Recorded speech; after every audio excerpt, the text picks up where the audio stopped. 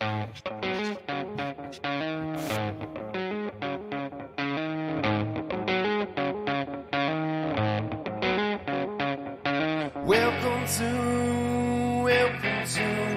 the Dirty Sports Podcast. I said welcome to the Dirty Sports Podcast with Randy Ruther and Joe Burrow. Welcome to the Dirty Sports Podcast. Welcome to the Dirty Sports Podcast. I'm your host, Andy Ruther, coming to you live from Cincinnati, Ohio, with my co-host, Los Angeles, California, Joey No Chill Prano. Hello, Andy. Morning. Welcome back to the States. Thank you. Technically, I was in the States, although it's not. That's why I said that. Yeah, I hammered those people. Every show I did. You would be shocked at how like delusional people who live in Alaska are.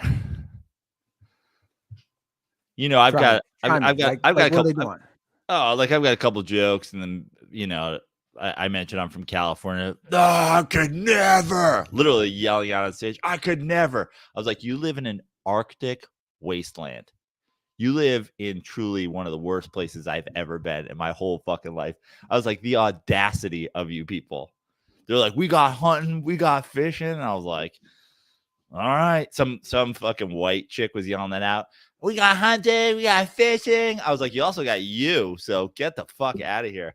Like, I've never, dude, Pizza Star was just like, dude, you hate these people. I was like, it's just crazy. It was -4. -10, -12. The whole thing's ice. They don't know about salting the sidewalks. Like, I'm like, you guys get more snow than anybody. How do you not know that you can like ice and salt the sidewalk? What do you mean they don't know about it? They just don't do it? They just don't do it. The whole place. And then people, I could never live in California. I go, think of it as heating charges. I don't think of it as taxes. I think about it as climate payments. But I assume most of the people there are just born and raised. They just never left. You would think so, but I met a lot of people that just came from also awful cold places. Like, I moved here from Minnesota. I was like, this dude loves ice fishing. He just can't wait to ice fish. A lot of pilots. A lot of people, like, there's a lot of flying up there. What's that flight like? From LA? Yeah. It's basically like 6-ish, but every time I've gone, I go through Seattle. It's like halfway to Seattle. And then that shows you how long. It's like 6 hours. Bro, you have and also it's probably more than that, but the size of Alaska. It's big. I mean, Alaska takes shits bigger than Texas. I was saying that the whole time. Like, one day we got in the car and went 4 hours for a show. And you look at it on the map of Alaska, and like, unless you're super zoomed, like, it's basically like you're in the same place. Like, if I showed you on a map of the United States where I drove, you'd be like, you're pointing to the same place. Yeah, I think we don't. Nobody thinks about it. Nobody in America thinks about that. Alaska is not to scale on the map of the United States. Like I don't even I couldn't even tell you the history of how that all went down. Because did Canada own it before? No idea. Probably. That's what I'm saying. They always talk about like Russia. I don't know. They always talk about there's a lot of Russian shit up there. There's probably a Russian owned. They always talk about revisionist history. How about we start teaching? Like, nobody knows. How did we acquire Canada? Or you know what I mean? Alaska.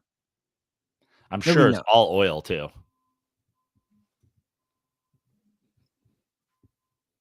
Yeah. I mean, it's funny because like Alaskan cruises are a thing. Yeah.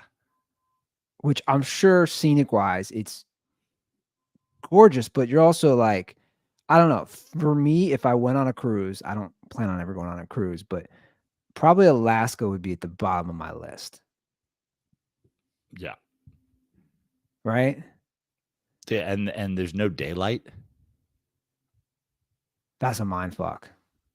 Everybody's depressed. Pete Sestaro was talking about on stage. They're top 5 in suicide, alcoholism, drugs, murder. Like, people just go crazy in the darkness. I mean, the sun would come up at 9 a.m. There we go. There you go. Comment section. We bought it from Russia in 1867.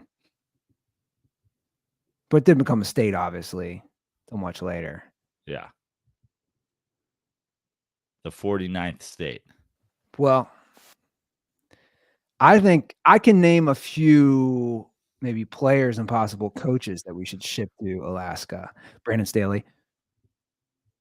Has Brandon Staley been fired this morning? I don't think so. Wow. I don't think he has. It's amazing. It's absolutely amazing. Dude, I've never seen a more delusional / defensive coach in my entire life. Did you see any? Well, honestly, Andy, he wouldn't be in this much trouble if he was more defensive.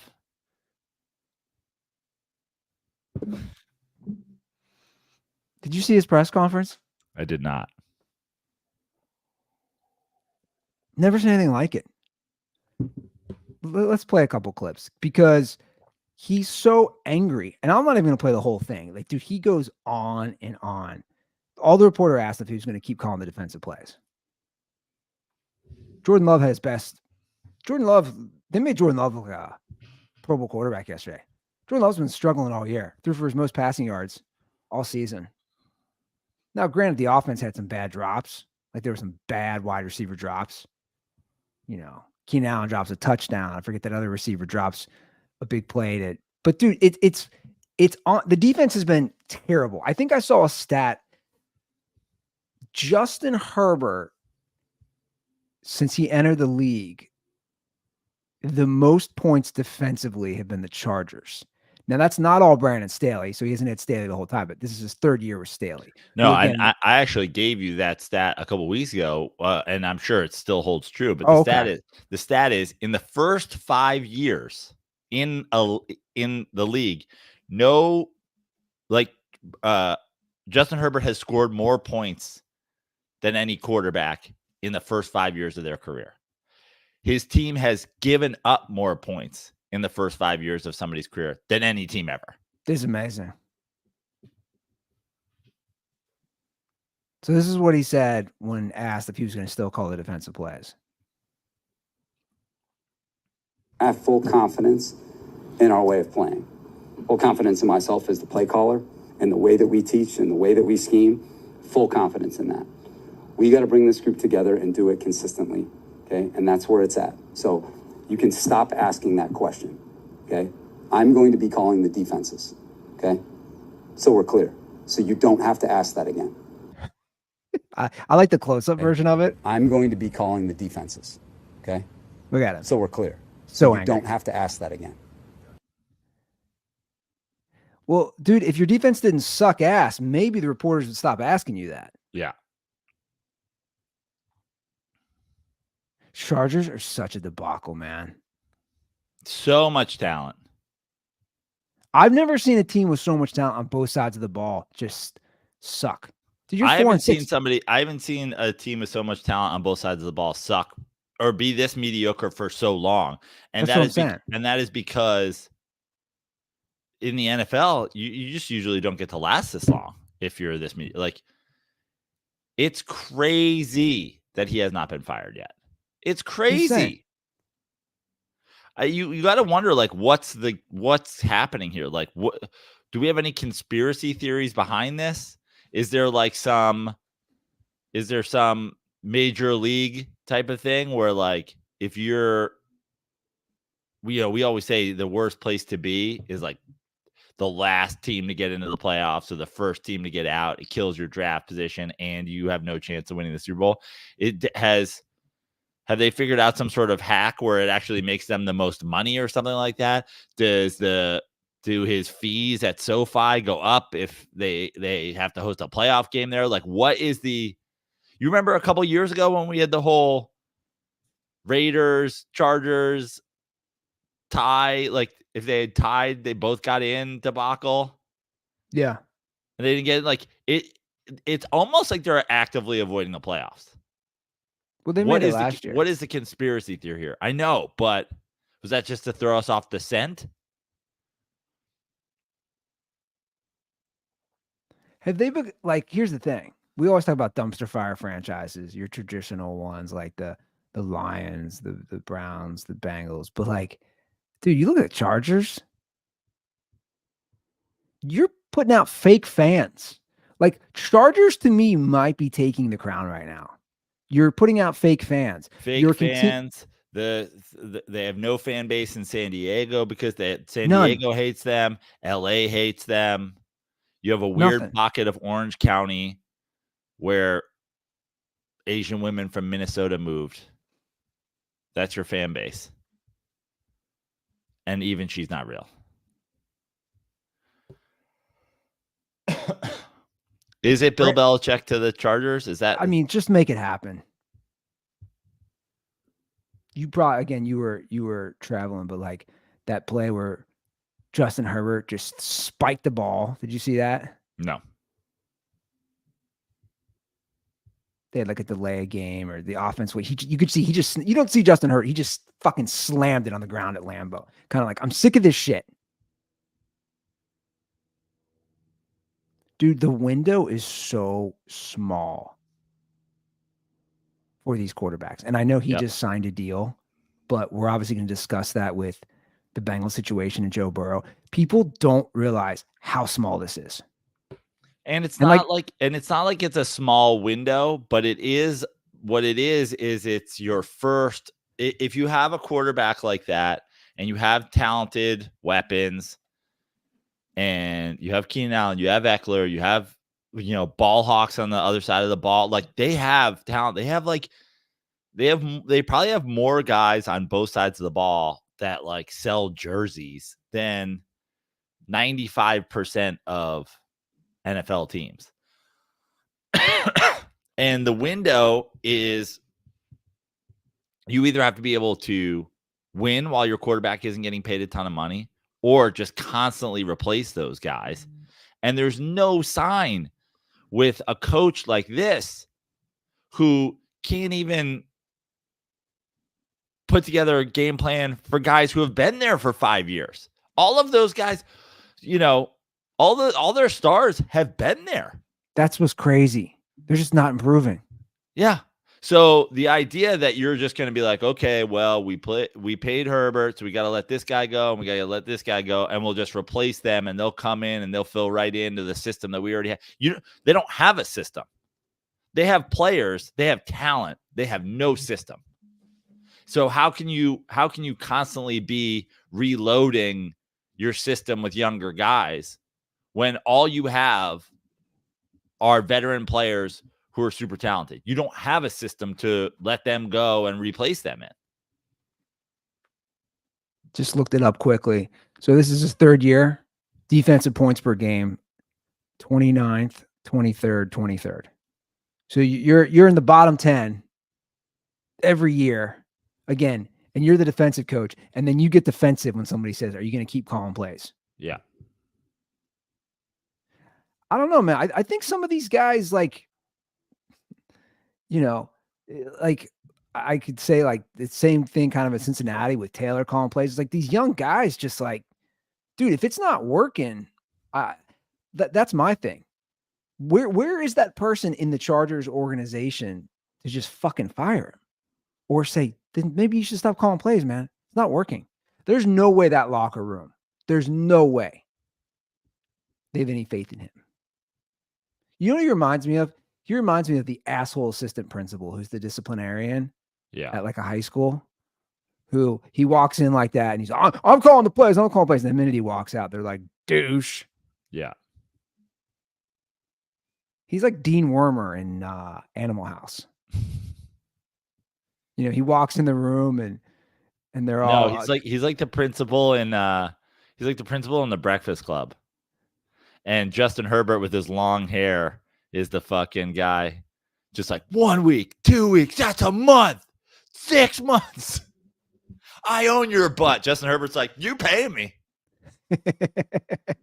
Yeah, I know. Just no respect. That's the thing. I don't know if I've seen a coach with such little respect. Before we started the show, I just put in Brandon Staley into Twitter. Dude, he's getting roasted from every single show. You don't like universally usually have like agreement from every talking head, every person on Twitter, every former player. Everyone's just like, fucking, why is this guy still there? This is an embarrassment. By the way, I'm just like thinking about it. I love this Breakfast Club analogy. Austin Eckler is like the little Anthony Michael Hall. Bosa's fucking Molly Ringwald, the Republican rich white girl. That's hilarious. I see it. I do see it. That's funny. But again, it's like, Joe, they're done. You're 4-6, man. Yeah. Dude, you're in back of the Broncos now. You're in back of the Broncos, who started 1-5. And I'm just going to say, I think the Broncos finish ahead of them in the division. Not that it matters that much. Yeah. And possibly the Raiders. Are the Raiders ahead of them as well right now? Let me pull it up. I think the Raiders were 5-5 entering yesterday. So they would still be ahead of them. They are ahead of them. They're 5-6. So the Chargers are in last place. Chargers in last place, man. Yeah. It's silly. I mean, we're a couple years removed from like everybody having the Chargers, Chargers sneaky conference championship game, sneaky Super Bowl pick. I mean, I'm talking about like 2 years ago. Like, I picked them to make the AFC championship game in 2022.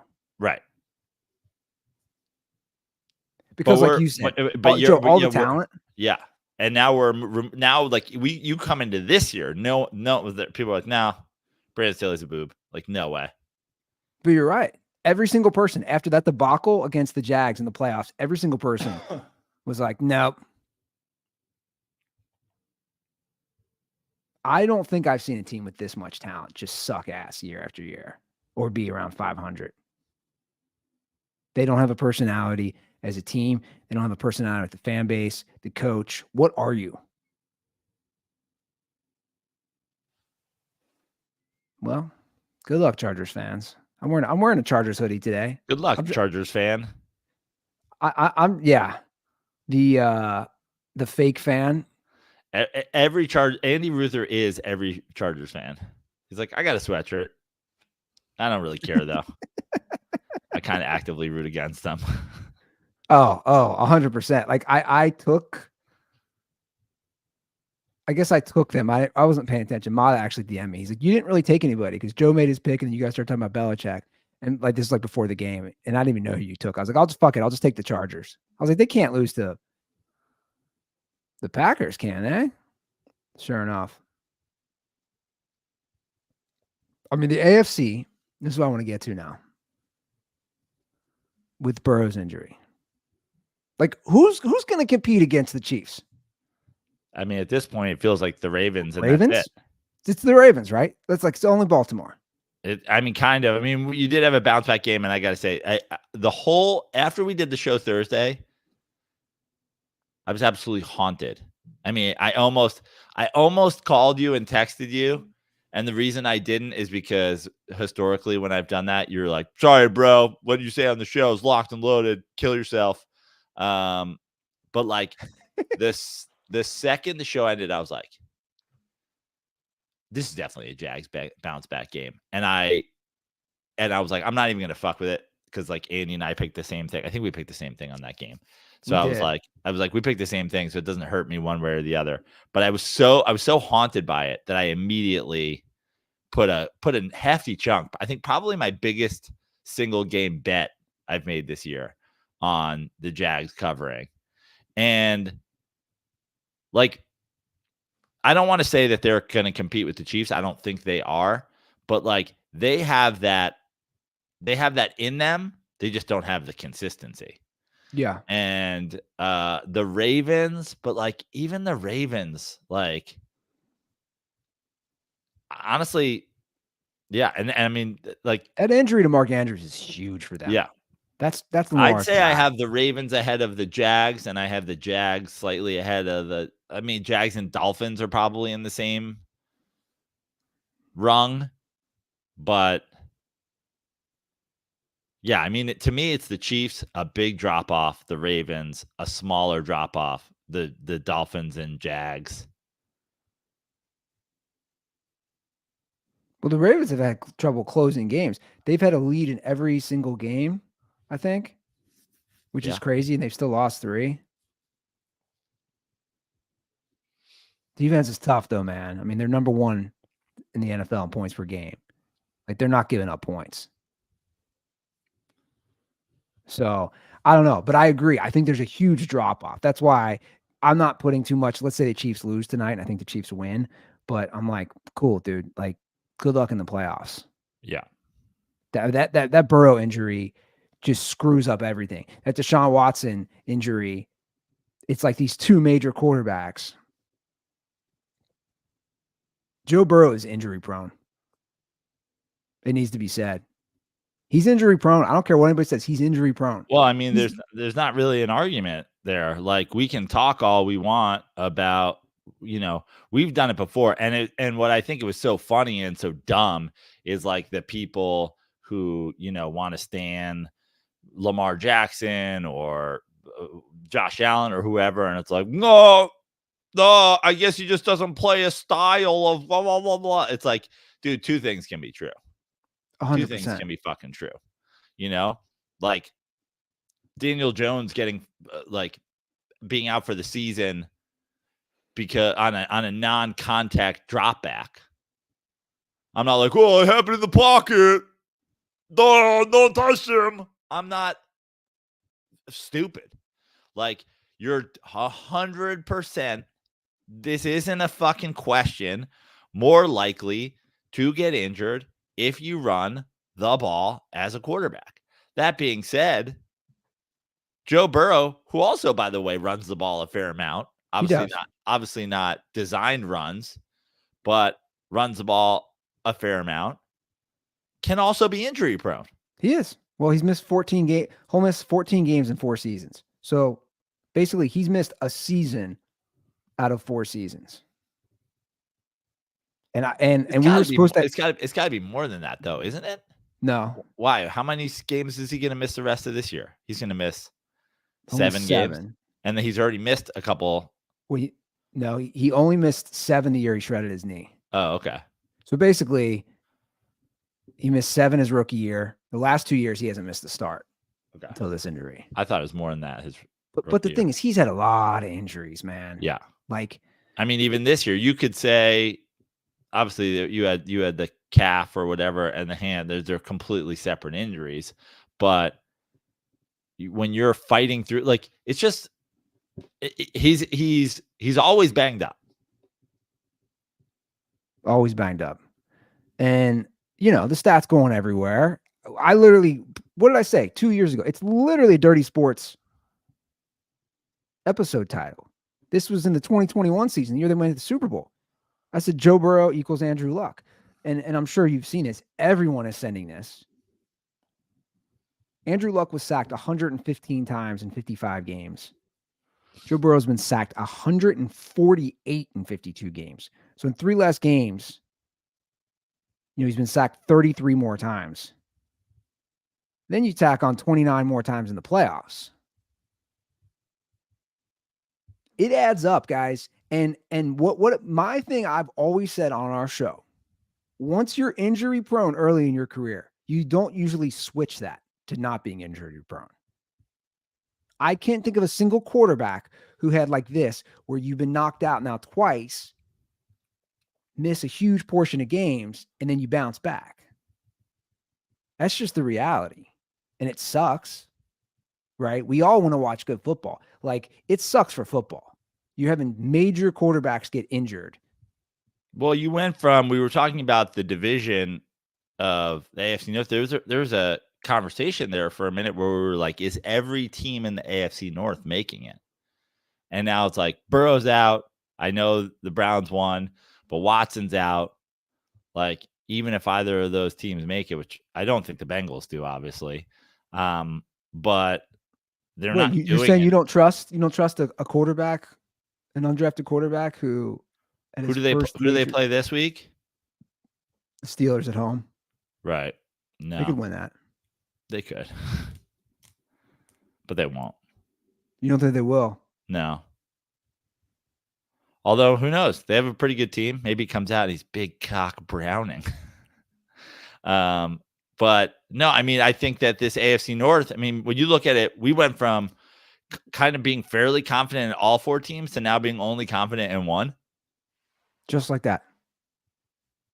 Like, the Browns win this game this week. So I guess there's, if you're a Browns fan, and I'm sure there are delusional Browns fans out there, like, well, we're just as good. And it's like, okay, but you're not gonna do anything in the playoffs. So what does it matter? But then also that Browns team beating the Steelers, like, I'm out on the Steelers now. You had a game twice. They swept them this year. Yeah, but you have a game where Watson goes out and you've got a chance, and Burrow has gone out earlier in the weekend. You've got a chance to be like, ooh, we can make little moves here. And you just like, no show. Complete no show. We were supposed to have Randy Ruther on the show. Something came up last minute. He couldn't make it. Yeah, something came up like Joe Burrow's injury. He's not ready. He's not ready to talk about it yet. I was going to say a lot of things, and I'll say them without him that he's not going to want to hear. I already see a grin on your face. But here's the thing. My face? Well, I think don't know. I don't know what you're going to say. But I think you know where I'm going to go with this, and Bengals fans aren't going to want to hear it. I was wrong about Joe Burrow. I didn't think he could overcome the curse of the Brown family and the ownership and all that. I was wrong, clearly. I took my L, took my lumps. He led them to the Super Bowl. He led them to an AFC championship. But guys, nothing changed. That's what Justin's not going to want to hear. It's like, well, did Boomer overcome the curse? But here's my point. Nothing has changed, Joe. That's what Bengals fans need to realize. Nothing's changed, like as far as ownership. So you didn't maximize the best offensive linemen. You didn't. Now, they made some moves in the last few years. They've signed some guys, but I saw something that was interesting from, I forget who it was on Twitter, and it said the Bengals definitely put some money into the O-line. There's no denying that. But they also have arguably the most unathletic O-line of any team in the NFL, which I thought was interesting. Basically, they're saying their line is not athletic, and they're in the division with athletic dudes, on the Ravens, the Steelers, the Browns. So it's like his sacks aren't really going down every year. And then the notion of Bengals fans like, we'll just figure it out. You're not going to, like, where are you figuring out from? Who's making that call? What person in the franchise do you have the least amount of scouts when you play in a dumpster fire of a bubble? It's just like nothing's really changed. Joe Burrow masked over all that. And the analogy, and this is what I was texting with Justin, and I think you'll agree with me. The Bengals situation is actually still not good because it's a la Peyton Manning Colts. You saw the Browns won with the backup. Bengals aren't going to win with backups because Joe Burrow is the fucking Bengals. He is. Peyton Manning was the Colts. They went 1-15 when he got hurt. There was no plan in place. Joe Burrow injured his calf in preseason, and the Bengals management and ownership group said, we're cool with Jake Browning. You already knew he was injured. You did nothing, absolutely nothing to have a formidable backup. We're seeing backups be pretty fucking good this year. They did nothing. So if you're a Bengals fan, you're like, shit, this is the same old stuff we've always dealt with, but Joe Burrow masked over it. And also, I know that the NFL is not the NBA. There's not usually a trade for need. Like, two teams don't usually trade for need. You're not going to be like, we need a safety and you need a a wide receiver. Let's do a blockbuster trade where we give each other what they need. That doesn't tend to happen. More often than not, what happens is that a team that doesn't think they're going to do anything or is giving up or whatever, or doesn't think that they can re-sign a guy, will go and trade him for draft capital. Now, the good teams out there are always thinking about, like, yeah, we're playing for this year, but we're also playing for beyond. Like, yeah. And the bottom line is this Bengals team, I mean, there was all that talk in the offseason about T. Higgins. Where's T. Higgins going? We're bringing him back. We don't need the draft capital. We don't need to go package him to move up to get a lineman. We're keeping him. And it's like, I've said it before and I'll say it again. The elite quarterbacks in the last 15, 20 years, they turned nobodies into somebodies.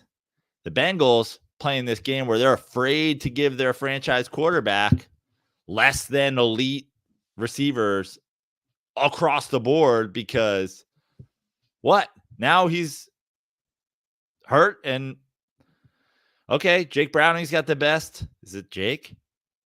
Yeah. Jake Browning's got the best receiver core in the league. Let's see how that goes. Well, look, and there's stats to back up what you were saying. I said it all along. Trade T. Higgins. Trade him. Jamar Chase missed 4 games last year. They went 3-1 in those 4 games. Isn't that enough of a? Isn't that enough? What's the word I'm looking for? Isn't that enough of a sample size? Yeah. Isn't the 4 games enough of a sample size? Hey, they went 3-1 and the offense looked good. And Joe Burrow, I think Trenton Irwin had 4 touchdowns in those 4 games. Like you're saying, making a nobody, a practice squad guy, a 4-touchdown guy. But that's what they do. And I want to bring something up, and I was texting you about this. I think it's time to reevaluate the Jamar Chase, Penei Sewell. You mean the Ruther conundrum? This is at this point. This is you've been on every side of this. At some point, I'm going to need you to be like, this is what they should have done. No. I don't know what they should have done. I'm presenting it again as a discussion. I don't know what they should have done. I'll say this much. Sewell has not given up a sack in over a year. He's currently the number 1 rated right tackle on PFF. Number 1. Jamar Chase is great. Jamar Chase was rookie of the year. Jamar Chase was a major cog in leading them to the Super Bowl. I'm just saying long-term, should they have drafted Sewell? And that's a discussion that Bengals fans should have. Well, listen, the truth of the matter is you can either it really becomes a question of Joe Burrow. Like listen, nothing is more fun than a great QB receiver. Okay. duo. I hate to do this. Sorry. I've been battling a sickness. I think I'm going to throw up. Yeah, for right now. But it works out. Randy is hopping in. And Andy's going to vomit. Yeah, and maybe diarrhea. God damn it. I gotta. Okay. Sorry. Let's do this. Randy replacing Andy. The 7 R's that start Randy Ruther on the on his thing is what Andy Ruther is going to be doing in the bathroom right now. Just ralphing. What happened? I don't know. He just said he's going to be sick. I get it. When Joey B's hurt, we all feel a little sick. Well, listen, Andy kind of did tee it up for you. And he also teed it up for me. And I'll say what I was going to say, and I'll let you respond as the world's foremost Joey B fan, Bengals fan, whatever. So Andy has just presented, I don't know if you were watching or listening, but Andy just presented the return of the Penei Sewell, Jamar Chase question. And they should have done, Sewell's the number 1 ranked tackle and Burrow's hurt again. Now, what I just was about to say when Andy told me he was going to vomit is this. Nothing is more exciting, I think, in football than when you have an elite QB wide receiver duo. It's so fun to watch. It's so enjoyable. Like, everybody loves Montana to Rice. Everybody loved, Aaron Rodgers to Devontae Adams. Everybody loves Mahomes and Kelsey. But I think if you're a true Joe Burrow stan, that the answer of get an offensive lineman instead of getting elite receiver is always the answer, because he should be the kind of guy who turns nobodies into somebodies. You don't need him. Kirk Cousins needs Justin Jefferson. Right. Joe Burrow doesn't need Jamar Chase. He does need to be protected.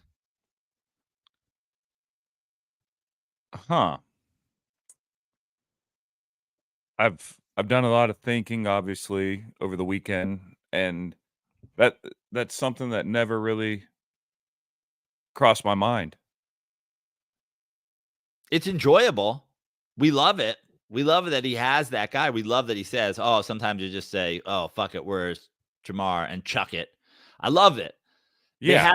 They have an elite connection, but he doesn't need him. Right. Is my opinion. I mean, but who, Andy was talking about the 3-1 last year without him sample size. Like, hard to say in the long run if he does, but I don't think Joe Burrow needs him. I think Joe Burrow is the kind of quarterback that, you get these guys and you turn like Mahomes. Like, who's Mahomes' receiving core? Every year in and year out, they don't spend on it. They spend on the defense. They spend on the line. They spend on Kelsey. They spend on whatever, but they don't go out and get him an elite receiver. He doesn't need one. Right. I also, look what he's doing with Trenton Irwin. Like, who the hell is Trenton Irwin? You know what I mean? And he makes him a threat. So I don't know. That kind of that's a little sucker punch of a question for me. I wasn't ready for that. But also, no, you're right. Like, I can't. And we can back it up a little bit. I know you're a big T. Higgins guy. Big T. Higgins guy. But it feels like at some point you can't, let's skip the draft conversation. Let's skip that we got Joe Burrow, the guy that is like, his boy from college, and they have this connection, and we're going to do this whole thing. Okay. Right. There was all the conversation about T. Higgins in this offseason, and they didn't let him go. Like, Joe Burrow certainly doesn't need the best receiving core in football. It feels like he needs some offensive line help. Absolutely. Well, my thing is every year they bring in some new lineman and they get us excited about it. Like, they brought in, and look, Chiefs fans were nipping at the butt when they when all this went down. They're like, oh, how's Orlando Brown Jr. working out for you guys now? But Orlando Brown Jr. has actually been pretty good. Like, this has been our guards that are awful. So, but there is also something with, in the NFL, a system isn't necessarily right for a certain running back. A system isn't necessarily right for a certain receiver or a certain tight end. And you can snag value there. Right. The truth is, unless there's some sort of like weird, like disconnect between maybe a player and a coaching staff, or, he just was getting into trouble or whatever. There's not a lot of like great offensive linemen. The team just goes, we're good. We'll trade him. Sure. We'll move him. We'll let him be a free agent. That doesn't happen a lot because teams know how hard it is to find those guys. So I always think offensive line free agent shopping, or like dumpster diving, you get what you pay for, True. Like the Giants did it a couple of years ago when Nate Solder. It was like the Patriots like, we don't want him at all. And the Giants are like, we're going to give him a ton of money. It's like, hey, man, I don't know if you guys know about Bill Belichick, but he seems to be pretty good at this. Yeah. So I don't know. I always think if you draft well, going and drafting those guys is going to be way better than picking up a guy who didn't work. Now, receivers are a totally different thing because you could have a receiver somewhere who's like, I don't get the ball enough. I'm the second guy to this guy. I should be a number one. And sometimes they are, So, like, you look at what Stephon Diggs has done in Buffalo. It's not like he's not talented, but Minnesota was like, hey, we can replace a guy like that way easier than we can replace a left tackle. And I mean, even dare I say, T. Higgins, Tyler Boyd, and Trenton Irwin is still an amazing receiving core. You have that core with, I mean, yeah.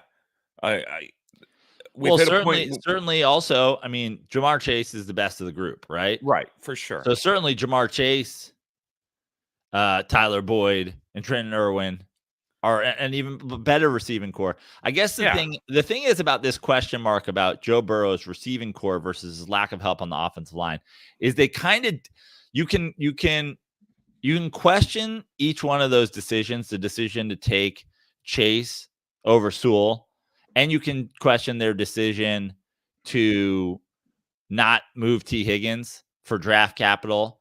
Right. You can question them separately in a vacuum and argue why they're each right decisions. But when you look at the fact that they both happened, when you take them out of the vacuum and you go, you've now prioritized giving Joe Burrow 2 receivers instead of focusing on other stuff. It feels dumb. Yeah. The Bengal way. It's the Bengal way. Yeah. Now, come on. Now listen, that was the conversation we were having when Andy left how did everything go in there, Andy? Diarrhea. So here we are. It never ends. I mean, it just never ends. Never ends. I love kids, but like we're both now real sick. It's like, look at me. I look like death. It's just like, it never ends. Basically, what I just did was Brandon Staley coaching mixed with Bengals personnel decisions. I want to ask you this, Justin. You just dropped off Brandon Staley in the Bengals media parking lot? Yes. I want to ask you this though. And I know you probably don't want to hear this question, but I got to ask it. What's your confidence level that they can win a Super Bowl at this point? 1 to 10. Because mine greatly dropped because not just because of the injuries, because once again, it's like here we are, like Joe was saying, we're not setting ourselves up for the future. It's just Joe saves the day. He saves the day for our team, saves the day for our coach. Like, I don't know. I don't want to be doomsday. It's one injury, but I just feel like we're back. Well, let me answer something before we let Justin go off. Like, we're not talking about this year, right? No, I'm talking Burrow's like 0% chance of them winning the Super Bowl this year. We agree? Yeah. Burrow's contract. Burrow's contract. Okay. Today, a 7. So it's still pretty high. Yeah. And probably this coming up preseason, an 8. Like I still already, yeah. Like, no, but if you'd have asked me 2 weeks ago, it was 9 or 10. Like he's going to get one, but now it's like, and once again, Joe, I'm sorry for snapping on you in our conversation, but no, do it again. I love it. Oh, he's got to be careful right now because I'm also sitting here like a 7. Yeah, no, the franchise never won a fucking Super Bowl. Yeah, to me, I think you guys were a 6 or a 7 with Joe Burrow. That's how I felt. What's that?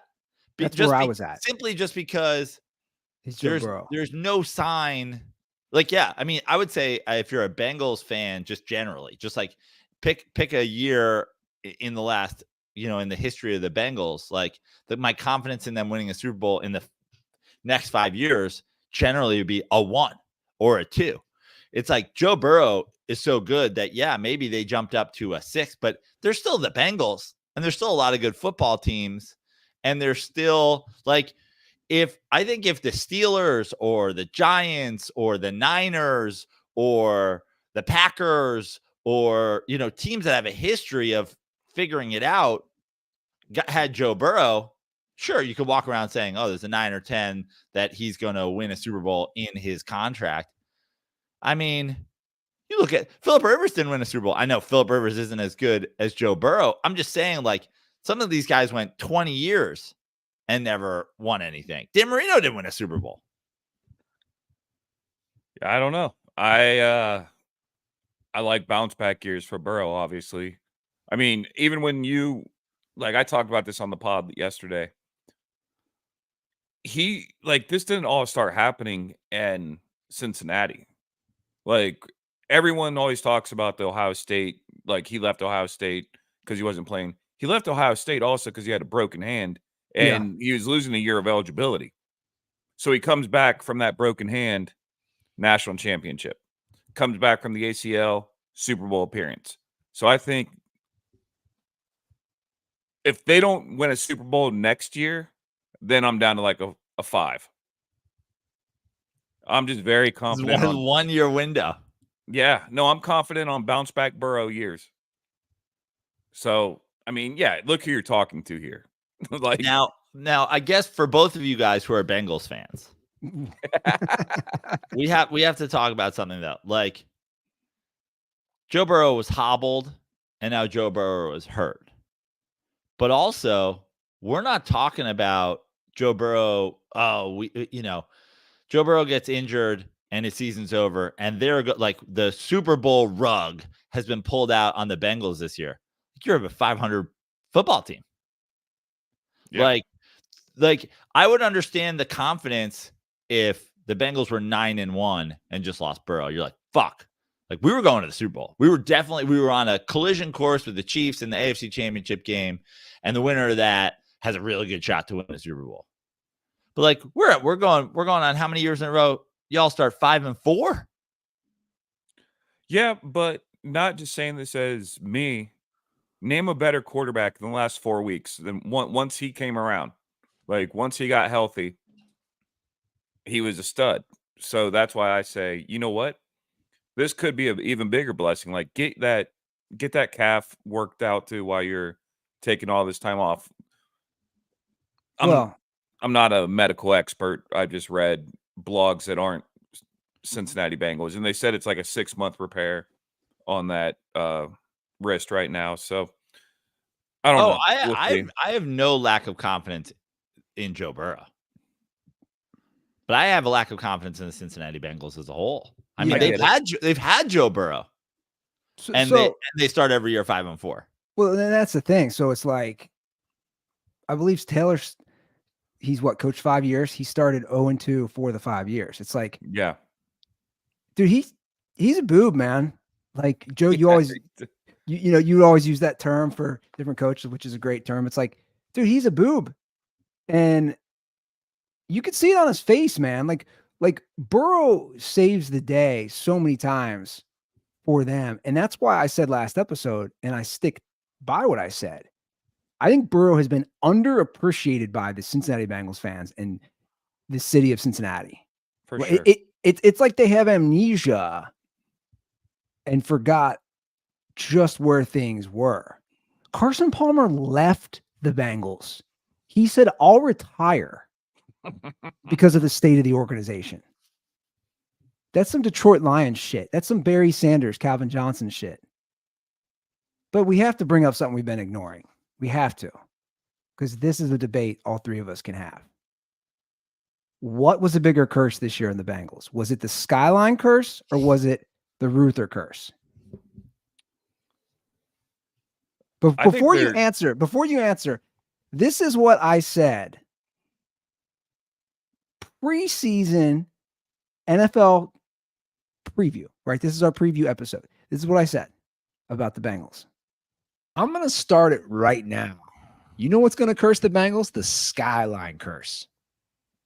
Wow. Yeah. The Bengals dropped 21 years of a partnership with Gold Star, who had their back through some atrocious teams. 21 straight years. But I'll say this much to the Bengals and to the Bengals fans. You cursed yourself. And I'll say this to all my Skyline lovers and to Skyline as a restaurant. You have serious pressure because the last 2 years, they've made it to the Super Bowl and the AFC Championship twice in a row under Gold Star, who was with you the whole time. And the fans will come because you know how superstitious fans are. If they falter, that's the only big change up for the Bengals. I mean, kind of crazy, right? I got something that you also said. Are you ready? Yeah. And I said this. And it's like really alarming. I'll use the word alarming because it shows people need lives. Like the people who get vested in Chile, you're a fucking loser. I'm just going to say it. A few moments later. Skyline curse. I've mentioned it before. Which is it, Andy? I like you did a little work. But I also picked Burrow for the MVP, which then Joe also picked Burrow for the MVP. Yeah. Has it been a Brano curse the whole time? It's this whole the Ruther curse trumps all. We've come to realize this. Like it's also I'm just here like what's crazy is I know like I'm the meat, or I should say I'm the, I don't know what's in the middle, the chili. You're the condiments. You're the noodle. You're the noodles, and you're the onions or whatever. Like it's onions and cheese, or no, it'd be cheese and not noodles. I'm in the chili in the bowl between this Oreo sandwich of Bengals fans, and I know we want to. Is it the chili curse? Is it the Ruther curse? Is it? I think it's just the Bengals, guys. I think the Bengals are just the fucking Bengals. Like. But that's not fun. I know. That doesn't get clicks. No, guys, I hate to admit it. We got an injury-prone quarterback. I'm saying it. Like we have a quarterback that is amazing. Don't get me wrong, but you can't not say this anymore. Now we have to talk about it because you guys, I'm sure, have like gone down the rabbit hole even more than I have. But like we're burying a story here that everybody's like, what was with the fucking wrist thing on the plane? NFL's investigating. Yeah. That they tweeted and then they took down. Why would they take it down? Everybody was like, oh, it's his iPad fucking like thing. Like you're like, then they wouldn't have taken the fucking tweet down. Dude, my dad texted me like 3 hours before kickoff on Thursday. Hey, Burrow's apparently having wrist injury problems is what everyone's saying now. And I don't think my dad that lives on a couch watching ESPN is going to, if he's figured that out, then right.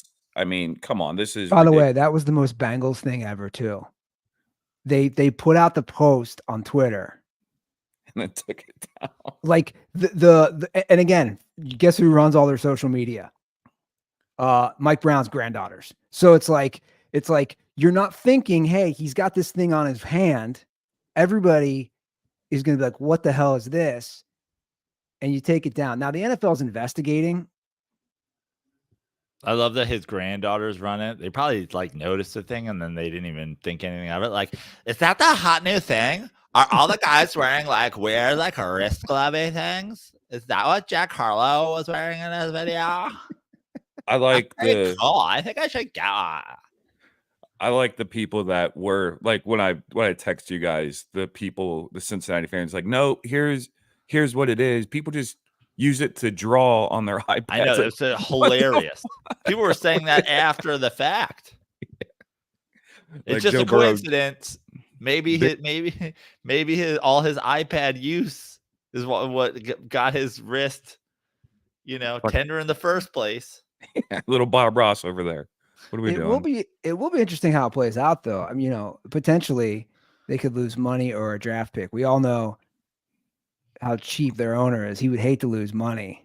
I mean, I don't think it's just random, right? They're saying they're not related at all. I mean, that's ludicrous. Right? It just happened. Yeah. It just happened the same night. in the play that they showed, that the play that supposedly caused all of this, like all of the hits Joe Burrow's taken, that's the play that's no. Like, come on, everyone knew going into that game something wasn't right. So I don't know. Has there been Bengals fans investigative work on like where this injury may have occurred in previous games that he was like nursing? I don't know. I don't go to Bengals social media anymore. Bengals fans might have the absolute worst social media fan bases. They're up there, but they're up there. But you got to tough to pick. I got to say, at least Bengals fans are like, oh well, next year Burrow will be back, and this Vikings fans are like Josh Dobbs taking us to the Super Bowl. Oh, I'm not out on Jake Browning. Do you guys remember what happened when Drew Bledsoe went out? Like, you're about to see, we're gonna have a quarterback battle at training camp next year. He actually played decent, dude, in the Thursday night game. But look, man, and then we wanted to start running once he got in there. The run was actually working, and then it became run on first down, pass the other two, run on first down, pass. Like, it was. I'm a horrible fantasy football coach, and yet I'm sitting here telling you the exact plays that the Bengals are going to run. But see, Justin, that's why my confidence level is so low. Yeah. Like Zach Taylor's not going anywhere. He's not going anywhere. No, hell no, he's not. We're going to die before anywhere. Zach Taylor. Yeah. Marvin Lewis lasted 15 years because he made the playoffs consistently. Like, this guy, it's like I tweeted out. They won 5 playoff games as a franchise for 52, 53 years. And then Burrow got there and they won 5 cents. So look, at the end of the day, my confidence level is it's high when Joe's playing, right? Yeah. How can it not be? But you got to play. So, it just, like we were saying, it just sucks for the NFL. I just hope that we get like a Chiefs. If the Chiefs make it far, and I think they will, I hope it can be like a Patrick Mahomes versus Lamar Jackson. At least give me 2 exciting players, right? Like in the AFC Championship, because when you lose all these guys, it's not good for the league. It's not. It's not good for football. And that's kind of where I'm at. It's like a lot of guys are getting injured. They've made the rules so friendly for the quarterback, and it's still not mattering. Right. So I don't know where they go as a league. Do we talk yet about how garbage Ravens fans are? This is okay. What Ravens fans do? At the end of the game, I mean, besides being from the fucking Mid-Atlantic, which is one of the most dumpster fire regions of our great nation. No, it really just bothered me that there were Ravens fans at the end of the Thursday night football game while they were doing the wrap-up show, just chanting "fuck Joe Burrow," the whole clap, clap, clap, clap, clap. And I was just like, damn, you guys are. It reminded me of like the Raptors fans when Kevin Durant went down, when they all started cheering, but then saw the cameras were on him and they're like, oh, no, and like Drake's acting like he's crying and shit like that. But garbage fans, man, they for me now, like I will never cheer for Baltimore. I don't think you were going to anyway. No, I like what Andy was saying about 2 exciting quarterbacks, but being an Ohio boy, my team's out pretty much. I'm on the CJ Stroud bandwagon now. Like, let's see what. I think it'd be cool if he could somehow get in the playoffs. I'm going to say something. To be fair, I think chanting on any injury is stupid. The amount of Bengals fans on Twitter when the Deshaun Watson injury was announced were all chirping. Sure. All chirping. Sure. Karma's a bitch. This guy's a monster. And I'm not debating that. I'm not debating that. But it's funny that the next day their guy gets hurt. And all the Bengals fans, fuck this guy, fuck Deshaun. Yeah. Yeah. No, I get it. Not real. I'm just saying. It could be. I don't know where I'm at. I haven't made a decision on karma yet in my life, Joe.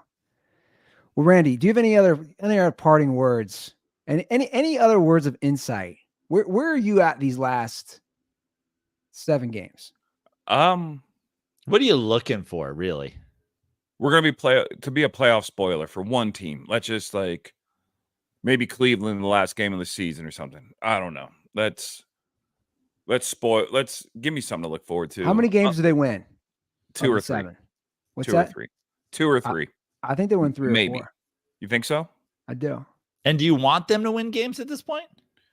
I mean, we talked about this. We've talked about this with your Bengals before. I think we brought it up, but it's like, it's a bad place to be because you guys are such a dumpster fire franchise where you don't really want to get in the habit of like shitty losing seasons again. Yeah. So I feel like maybe you do kind of want to win games, but like for most people, right? For most teams, I mean, I think this is the attitude, and this could be a good segue into my team after this, but I want the Giants winning games is infuriating. What the fuck are we doing? Yeah, I'm on both sides. Like I hate the fact that like everyone's just sweeping, like everyone's talking to AJ McCarron already. It's like, hey guys, can we give Jake Browning like an actual chance? Like, I don't think our fandom has done that yet. Everyone's like, oh, bring back AJ McCarron. Do you see how great he was in the XFL? Like, I'd rather have a quarterback that played spring training ball with the first crew. Just repeat that. Look how good he was in the XFL. There's so many people like he was a stud in the XFL. I'm like, oh, how about a quarterback that took a whole training camp of reps with the first team and knows our plays? But you guys want to bring back a 2016 treasure. I get it. Whatever. Or Tom Brady's coming back. I don't know if you guys have heard that one yet. Yeah. Like he's ready to leave his life in Miami to move to the Midwest in December. Well, Justin, I'm glad you can make it. I'm glad you took time out of your day from hunting. I'm just glad you're. My man's got a Brett Favre outfit going on over here. Yeah, I'm just glad you're alive. You know, we did. So, if this had happened during sober October, I would have felt a little bit more confident. But the idea of you just Miller Lite yard housing yourself into a coma after the Joe Burrow injury is very likely. Yeah. And maybe karma, it's like, I don't believe in karma because here's the thing. Like Joe Burrow seems like a great guy and seems like, he should be back. We're all rooting for him. Anybody who's an NFL fan who's not a Steelers, Ravens, Browns fan is rooting for Joe Burrow to come back. And I'm going to believe that Randy snapping on me during the Thursday night game is not going to affect the Bengals karma or Joe Burrow's karma. I drank a yard of Miller Lite for you right after that. Thank you. I appreciate that. But real quick before I get out here, I do want to plug something real quick. My day job, we are an auction house, and we have a brand new auction that just went live, and we have like tons of crazy stuff in it. So if you guys want to give it a look, we're called the Memorabilia Network, but our website is tmnauctions.com. If you guys could go TMN. And then if you guys just do that, it doesn't cost anything to like just look through our catalog, and if you guys want to bid on some stuff, we're there. We got some T as in T Higgins, M as in Marvin Lewis, N as in no Super Bowls, no playoffs. Your franchise I hope at TMN auctions, do you have any used thongs from Eagles coaches? No, but we do have it's funny. We thought this whole time it was a Boomer Esiason helmet. Come to find out, this gentleman's name is Glenn Steele from the University of Michigan. We have one of his game-worn helmets. Sounds like a porn star from the 80s, right? Yeah. I think I've jerked off to that guy. Hey, also, can we use TMN auctions? Can we use your Memorabilia Network? Can we get an official email or an official DM slide from your Memorabilia Network into Jameis 101's DMs, offering him for his Jameis 101 collection? Yeah. See what he's willing to part with it for, and then just be like, "Got you, you dumb bitch." I'll trade you this Glenn Steele helmet for it. Yeah, we do have a Tampa Bay game used helmet. I'll just write his name on it real quick. Yeah. So good deal. But yeah, thanks for having me on, fellas. Good to have you, Justin. If you enjoyed Randy, aka Justin, you should come see him December 16th. I'm sure he'll make it a quick appearance on the live podcast. He'll certainly be making an appearance on the stand-up shows at Comedy House, New Orleans. He's going to be living the Andy Randy bunk bed that we now have assigned in DSHQ. It's going to be a great weekend. Justin's going to be there. Come down and see us in New Orleans. All right, fellas. Thank you so much. We're all Saints fans that weekend now. We are. Okay. All right, Justin. Good seeing you, bud. All right. See you guys. Later, bro. Perfect timing. He's so depressed. Smiling through it. He's on all kinds of antidepressants, though. You can see it in his eyes. Poor guy. I mean, just had his heart ripped out. It's unbelievable. I can't wait for the wrist thing though. Like that has just flown under the radar and like nobody's really talking about it, but it's like, what was really going on? Yeah. Because that'll come out eventually. But I agree with you, Joe. It's like your Giants. Why are you winning? Bengals would lose every game. I do not know. Your boy DeVito. Danny Dimes DeVito. And here's the thing. Well, I'll be completely honest with you. I watched none of the game live. None of it. Because I don't care. The game on there, they had Packers, Chargers on there. They had Browns, Steelers on there. I was watching both those games. Both those games far more interesting than me. I picked the Giants to cover because I thought they would come out and they'd make an effort. And I think that Washington is bad. And I think Ron Rivera should be fired. And I think that they're, I honestly don't know how other teams let the Commanders play them so close when my dumpster fire franchise literally beats them every single time they play. But I didn't watch it live because I was like, I don't care. We don't want to win games, right? And I know it's hard to tank in the NFL. I know it's hard to tank. It's hard to ask players to tank. It's hard to ask coaches to tank. But at the same time, the Giants did this a couple of years ago. Like at this point, and here's the thing, I don't even care. I am not, as people who listen to the show might assume, I don't necessarily think it's one of those two quarterbacks or this draft is a fucking debacle, because for multiple reasons. Obviously, you have Daniel Jones on the hook for at least one more season where his money's guaranteed. Two, the reason that Daniel Jones, who you just paid last season, got hurt is because you have a lot of fucking holes. And I know it's, these elite quarterbacks can change everything, and these are the two best, but it feels like every 2 years, this is the best quarterback class we've seen in 20 years. Yeah. And nothing's a sure thing. Nothing's a sure thing. I mean, you look at last year, the Texans, everybody was shitting on them for winning out. I think it was their last game, right?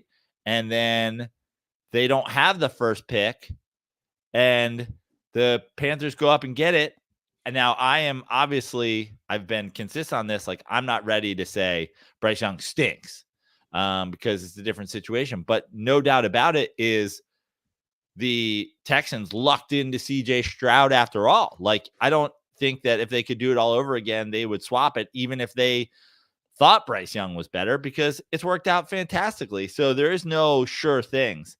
But the bottom line is there's quarterbacks out there, there's receivers out there, there's offensive linemen. I don't watch college football, but I've heard a fucking ton about these guys. And the idea that you could win a meaningless game against the Commanders. I even said, so my buddy, who's a Commanders fan, texted me yesterday and he goes, "You think the Giants have finally figured out tanking?" And I said to him, you guys should be tanking too. At this point, what are you guys trying to win for? Because Ron Rivera maybe thinks if he loses, he's going to lose his job. Okay. And I get that it's hard to tank if you're the player. But what the Giants accomplished yesterday is, this is all the Giants accomplished yesterday. They now have a worse draft pick. And if they wanted to keep Saquon Barkley, it's going to cost them more. Yeah, it's a lose-lose. For sure. And listen, I'm a New York Italian. But, like, I don't give a shit. Like, this whole, like, he lives with his mom. He eats at Olive Garden. The fucking local place brought him a chicken parm in the locker room. I don't give a fuck, dude. What are we even doing? You didn't even think he was worthy to be the backup to start the year.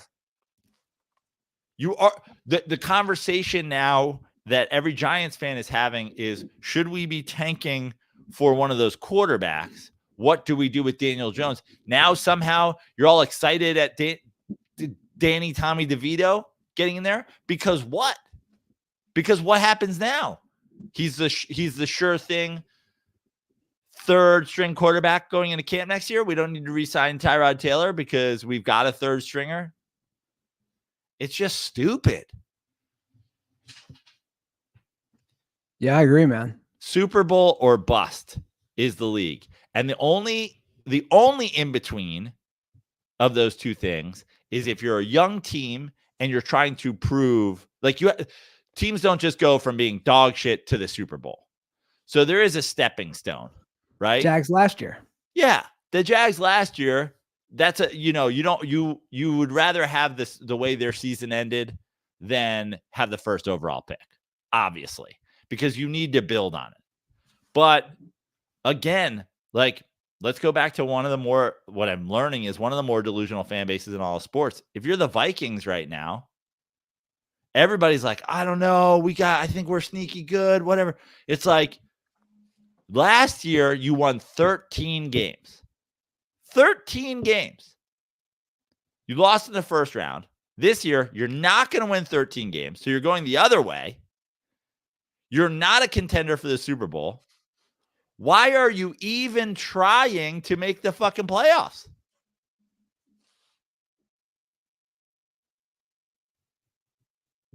It's hard to. That's why. Well, I think they're too good to just tank. I think the Vikings defense is too good, and shit, they ran the ball well last night. It's like, I mean, they're winning games or in games with all these turnovers still. They're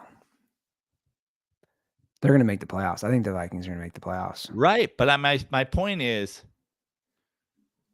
even me, what I said 3 episodes ago now, or 2 episodes ago, whatever it is, like, I hope the Vikings make the playoffs, are a 7 seed, beat the 2 seed Detroit Lions. Like, I'm rooting for it.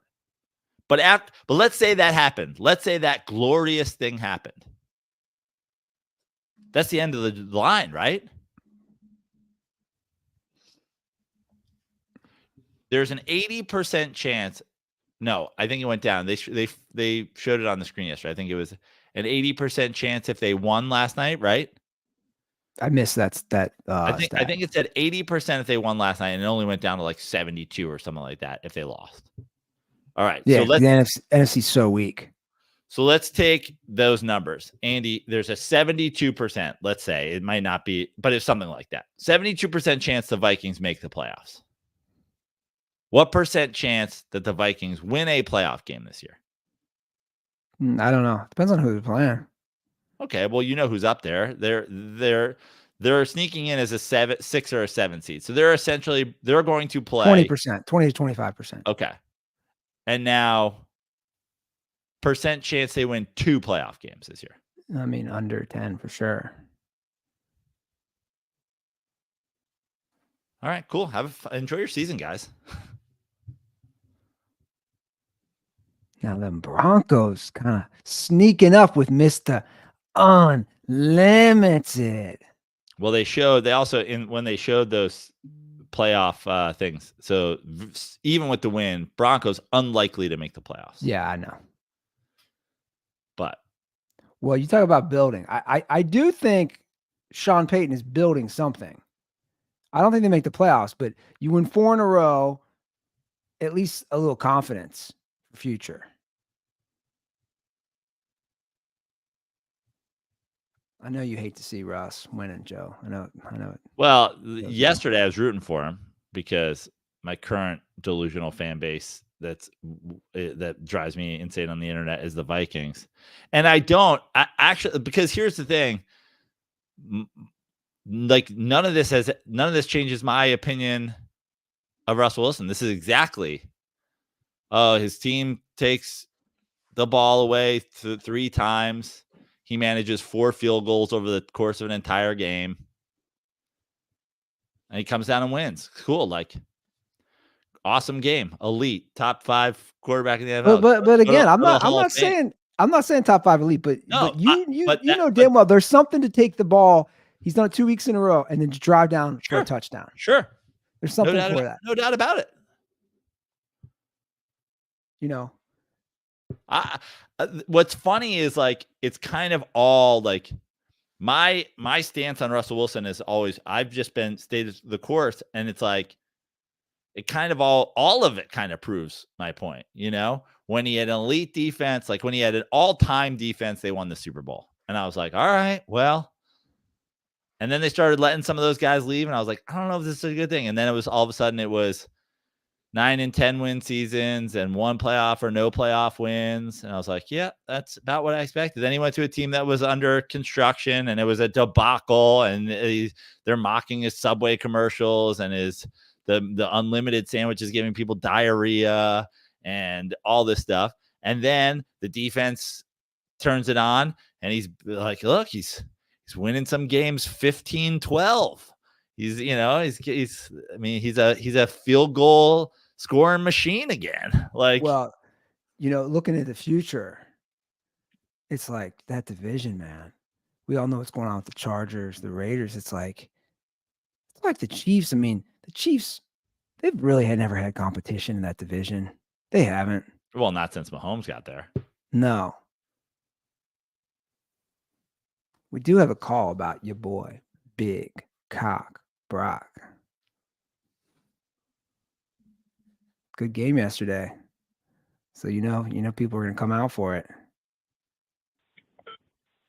Joe, it's your guy again, your Purdy guy. Apparently I got to call in every week because you didn't like if I took 3 weeks off. Had nothing to do with his bad games. I'm just not a frequent caller. Anyways, so let's talk about this week, man. Purdy, perfect passer rating. Only the 3rd in Niners history behind Montana and Young. He has the longest passing touchdown in the NFL this season. Beautiful streak with a little bit of a fade to Ayuk. He had a stellar game, man. He's back in the MVP race.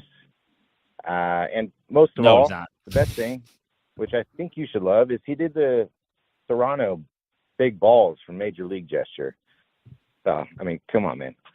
So my question to you is, if you're saying you don't see Purdy as a great quarterback or elite or whatever, that's fine. I understand that, and I agree with it too. I don't even know if he's that good. But what would you see from a Manning or a Brady or a Rodgers if he were on the Niners this year? Like, what are you seeing them do that Purdy doesn't do? I'm just curious. It's not an argument. I'm genuinely just wondering what your answer is on that. Otherwise, looks like he's doing pretty good. So I'll keep checking in as the season goes, and we'll see how it ends up. But appreciate you guys. Stay dirty.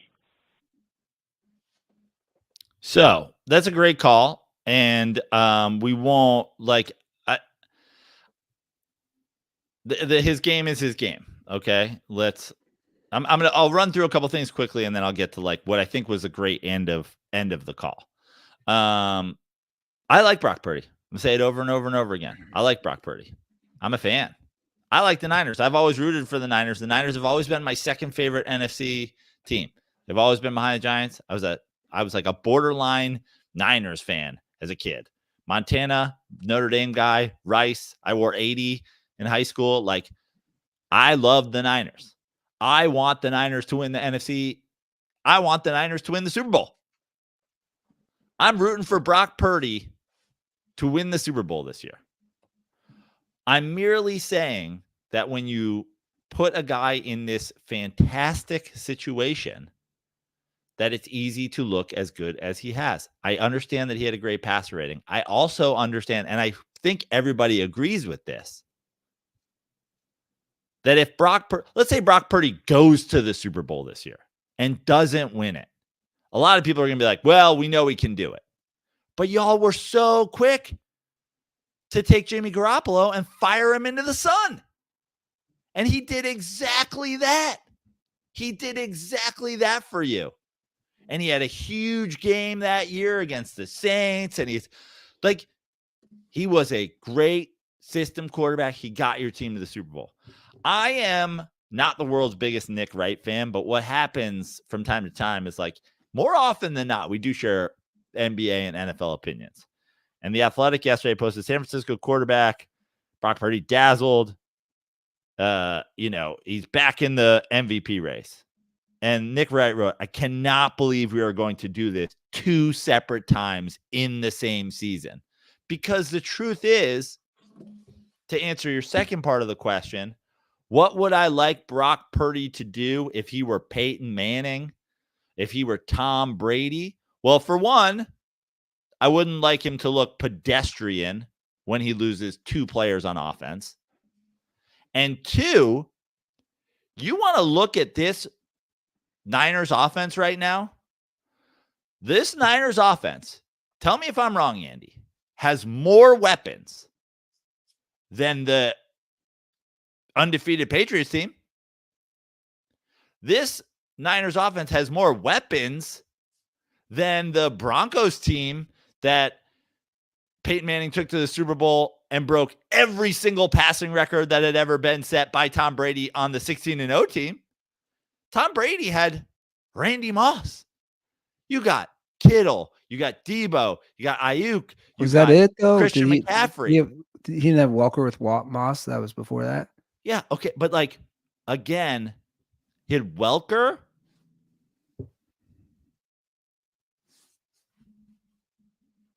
He didn't have a arguably MVP running back. He didn't have one of the top 3 greatest receivers in, he has a top 3 greatest receiver in history and then a pretty big fall off.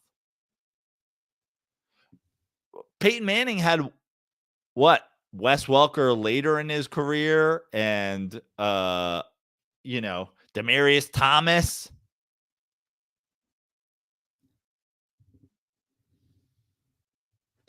Yeah, well, Welker, he did have Welker.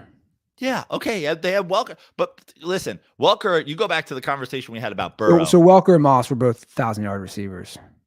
Right. But I'm just saying, Welker better than Ayuk?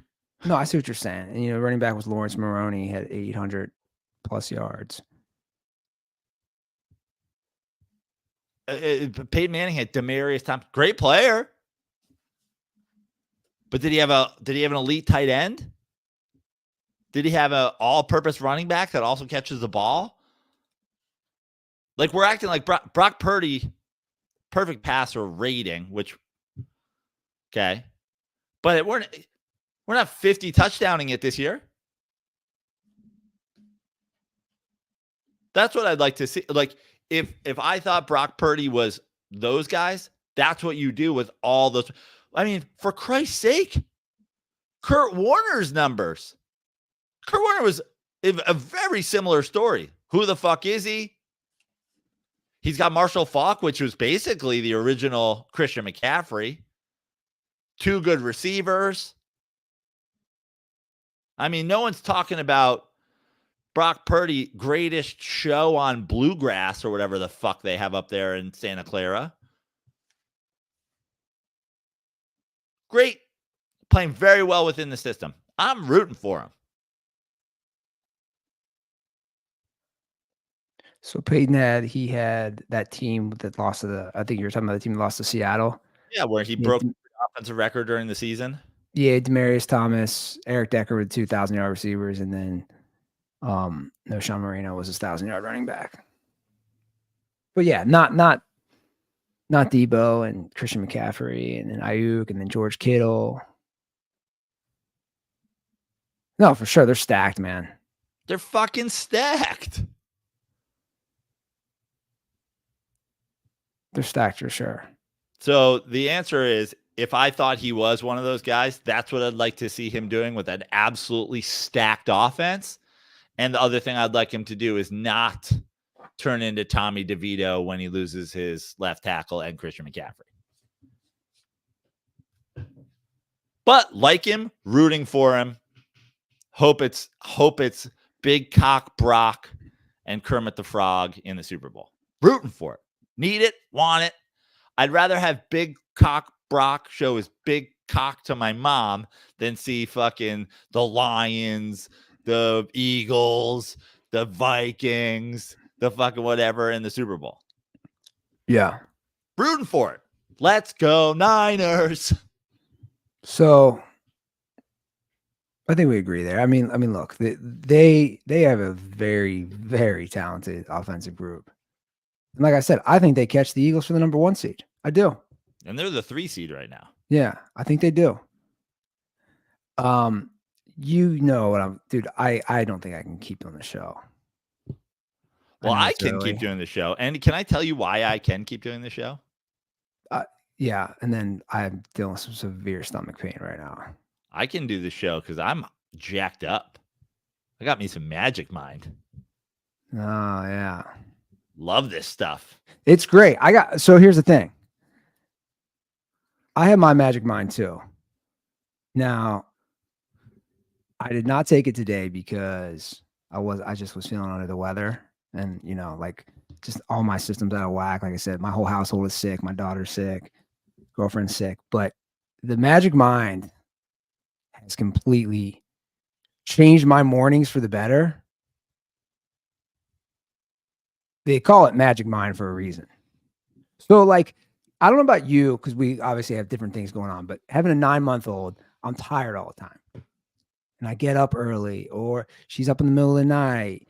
And there's a lot of times there's stuff I have to do, right? And I have my dry race board, which I try to prioritize. But a lot of times I'm not on schedule, Prano, and I'm not following what I should be doing. Ever since I started drinking this Magic Mind, boom, razor sharp focus. I'm basically Brock Purdy yesterday. Perfect passer rating. It's a boost energy and focus. It's a productivity shot. I love it for a couple reasons, Andy. This morning, I called you. I said, can we push the show back a little bit? I have to do an audition. And you were like, dude, I can't. Sick. House is sick. Daughter's got to get picked up from happy hour or whatever. So happy hour. So I was like, okay. And I was like, I got to get up and I got to get this going. And the truth is, my morning, I love coffee. And I've been taking the Magic Mind along with my coffee. Yeah. Because, and I always have, and this is why I've explored matcha a lot in the last couple of years. Coffee, huge crash. So I've been having my coffee and then taking a productivity Magic Mind shot after, and it helps with the crash. But this morning, I was like, I don't even have time for coffee. Took this, got my audition done, got it edited, got it in, all before we had to do the thing. I would have truthfully absolutely not been able to pull it off without this, because I would have been like, there's no way I'm doing this audition without coffee. Next thing I know, I'm grinding beans, I'm boiling water, I got the French press going. No, boom, took this, banged out my audition. And I'll be honest, because everybody here who listens to this show knows about my sort of coffee/caffeine addiction. I like this for a couple of reasons. One, I can't drink coffee in the afternoon. I'm way too caffeine sensitive. And this has been great. Exactly. Because I can take it in the afternoon and still sleep at night. Also, through the years, I've gotten really into matcha because, like I said, it doesn't give you the crash. I'm not like I can make a good cup of coffee at home, but I can't make a good matcha at home. Like, it just doesn't do it for me. So I end up going back to coffee, and this is like the best of both worlds. I have my coffee and my matcha in shot form, and I love it. And here's the third and probably most important reason, Andy. Fans of the Kooks of comedy back in the day know. Sometimes I would get up in the morning and go surfing, and I couldn't have coffee that early in the morning because, makes you shit. You don't have time to do your business before you get in the water. And the world's biggest fear I've ever had is filling my wetsuit. So what I've been doing lately, get up, skip the morning coffee, take the Magic Mind, go surfing with no fear, come back, have my coffee after. It's honestly been a godsend. So shout out to the folks at Magic Mind. Yeah, no, it really is a great product. Normally I'm like, I think this is suspect, but I legit love this stuff. And I'm also caffeine sensitive. So I had normally done Greek tea. I started taking this. And like I said, it's just enhanced my focus. And basically, I'm going to do X, Y, and Z today. And I'm going to have to do it in this amount of time before I grab my daughter from daycare. So you guys really need to hop on this. I seriously cannot vouch for this enough. So we have a great discount right now with Magic Mind. Simply go to www.magicmind.com/dirty sports. And you can get 50% off your subscription for the next 10 days with our code Dirty Sports. So again, this code's going to last for the next 10 days. Magicmind.com/dirty sports. Use promo code DIRTY and you get 50% off, which is a huge discount on your subscription for the next 10 days with this code. So if you guys need to pick me up, I know so many people have reached out to me, so many dads like myself with really young babies. Like, guys, this thing's a game changer. This will get you through work. This will get you through your day with your son or daughter or multiple sons or daughters. I'm telling you, this Magic Mind stuff is great. They're great. I talked with them today. We have unlimited access as much as we want, which is amazing. Oh, I'm so excited. I'm so excited. I mean, for the last couple of years, Andy, I'm telling you, I do the matcha and I dump an espresso in it and that ruins the matcha. But I need that initial boost. This is the best. Now I just go have my coffee and I take a Magic Mind. It's really the best. Nootropics, matcha, adaptogens, vitamins. For sure. Okay. Talking about Magic Mind gave me a second burst of energy. We'll do one more story. Okay. Because you alerted me to this. The tweet, we'll keep it football related to make it easy. The David Bakhtiari tweet. Yeah. Well, I feel like it came across my Twitter, but that was God being like, you're gonna like this. He tweeted 2 days ago, I'm gonna keep it real with y'all. I am not a fan of watching college football. It's tough to watch. Tons of backlash, tons of people arguing, no, it's better, blah, blah, blah. And here's the thing is, like, he says it so clearly in his like quote tweet responses. He's like, it's sloppy. It's not good. I don't like watching. That's what I've always said about college basketball too. And I think what is annoying for people like me and David Bakhtiari, who obviously he knows what good football looks like, is no one's saying you can't like it. Like, I have been to when I say, I mean, we live in Los Angeles. I've been to fantastic and expensive and the Michelin star rated Mexican restaurants. I also like Taco Bell. Sure. No one's saying you can't like it. Just don't embarrass yourself by arguing that it's better. Yeah, I agree. It's not. And so many fans of college sports insist on doing that. The players in the NFL, they don't care. It doesn't mean anything to them. Blah, blah, blah. They're spoiled. Like, that's when, that's you're showing your political signs usually, I think, when you come with some shit like that. But just say, I'm from Alabama. We don't have a pro football team. I'm from Ohio. I have to root for the Bengals or the Browns. It's tough. I prefer when my teams win. I really love Ohio State. I'm from Texas. Just be about it and just be like, I prefer it because it means more to my family. It's there's a tradition. We get into the games, blah, blah, blah. But when you're like, it's better, it's embarrassing. And I'm so glad that David Bakhtiari didn't just put out the tweet and leave it there. He just absolutely skewered people in his quote tweets, just being like, you're dumb, you're wrong. Well, and also a major problem this weekend was a prime example. I didn't watch any games either. But like this weekend's a prime example of, by the way, I mean the previous weekend, like North Alabama versus Florida State. Come on. Why is that? I was watching that game because Pete Sestaro was with me, and he's a big college football guy. And I was like, well, how in the world are they playing that game in November? Chattanooga versus Alabama. How are they playing these games in November? Is Ole Miss versus University of Louisiana Monroe. Do they do this as a yes. a week before the rivalry game thing? Georgia State versus LSU. That's pathetic. This is why your sport sucks. You're this deep in the season and you have this. I'd argue at this point, I think college football is way worse than college basketball, because at least college basketball, I think there's more parity, and they don't do that this late in the season. It's all conference play, right? Right. That's what I honestly thought college football was like that. I was like, they take a week off in November. They take a week off to just destroy some shitty team. And that's what they do. That's not good. Now, the NFL has had some shitty games this year. Don't get me wrong. But you know the difference? There's going to be upsets, and anybody can beat anybody. But the parity in that, I mean, we're talking about 32 teams in the NFL.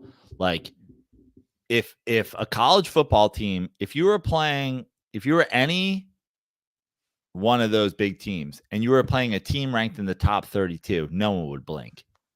When you play University of Louisiana Monroe, that is the equivalent of if the NFL was able to schedule its own games, and right before right before Chiefs Eagles tonight, the Chiefs played the Bills practice squad and the Eagles played the fucking Jets practice squad. Yeah. It might even be worse than that. Well, it's why the sport sucks. And right now you have, let's not forget, only 4 teams get in this year. You have 5 unbeaten teams from Power 5 conferences. And then on top of that, you have 4 more one-loss teams from Power conferences. So all these good teams are going to be left out. All of them. If they all keep winning. Now, I know somebody's going to win the Michigan-Ohio State game this week, but it's an inferior sport. I don't care what anybody says. It's just inferior. And that's the end of the story. And it's not an argument. And it's just the only people that are arguing otherwise are people that are dumb and wrong. And it doesn't, like you said, it doesn't mean you can't watch it. It doesn't mean I won't go to college games. Yeah. Cool. Like, I used to watch college football all the time. Because I loved football. And then I got to the point, and it's specifically because football happens on the weekends. I'm just like, I can't give up all day Saturday and give up all day Sunday. And that's the only reason I don't watch college football anymore. Now, yeah. I don't watch college basketball anymore because college basketball runs concurrently with the NFL with the NBA. And I also think that the quality of that play is terrible. So on any given night, I'd rather watch, Pacers Kings than watch Duke UNC. Yeah. That's just me. So, but you enjoy it. If you enjoy it, enjoy it. But it's Taco Bell. That's a great analogy. College football is Taco Bell. Yeah, I like that. No, you're right. It's your guilty pleasure. And for sure. And you've got your order and you're passionate about it. And we eat it sometimes. Terrible. Yeah, we eat it terrible. Sometimes. Just like I watch it sometimes. Yeah. But I'm the same way. I mean, both football games are on the weekends. Dude, I started to trail off. Now that I have a family, fuck that. I never have games on, ever. I watched more college football this weekend than I've watched in 3 seasons because I was laying in bed all day Saturday and Pete was just watching all the games. Yeah, and I'm not saying I'm better than you that I don't watch it, guys. I'm just I'm just not gonna watch it.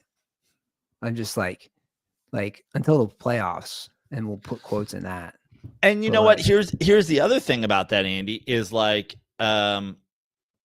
you've got a daughter now, and like you're in Ohio, which is, I'm not going to take any shots at Ohio here, but like, I was in Alaska. I was like, yeah, I'll leave this game on the background. It's like 4 degrees outside, but it's like when you're in California, I'm like, dude, I'd rather do 50 million things than watch some college football game. And you know that feeling when you're here. It's like 100%. 82 degrees on a Saturday. You're like, I'm going to watch the North Alabama Florida State game. Yeah. No. All right. Well, I'd like to get out. I see all the calls, guys. They're locked and loaded. I appreciate the calls. 310-359-8365. I have like severe stomach pain. I don't know what's going on. I think something's got to get out of me. Well, good luck with you, Andy. We will have an episode later on this week. We're unsure of when that will record, but Andy and I will sort it out. Tune into that. Couple things. Thank you guys for coming out to all the shows. I got a few coming up. You're sports fans. You're listening to this. I'm doing a sports comedy night, December 5th at the Hollywood Improv Lab. It's going to be a great show. I'm doing all the jokes that you dirtballs come and you go, how come you didn't do Bill Walton on stage? How come you didn't do this? How come you didn't do that? Because most comedy fans don't want that. But sports comedy fans do. So if you're in the greater Los Angeles area, come out and see that show at the Hollywood Improv Lab. And then, of course, our 1000th episode and 2 stand-up shows, December 16th, Comedy House, New Orleans. Got more stuff coming up, but we'll save it for a day where Andy's not going to poop his pants. Yeah. Follow me at Joe Prano on all social media. I think it might be coming out the other way this time. All right, guys, that is our show. Thanks for sticking with us. Have a great week. We'll be back on either Wednesday or Thursday morning. And as always, stay dirty.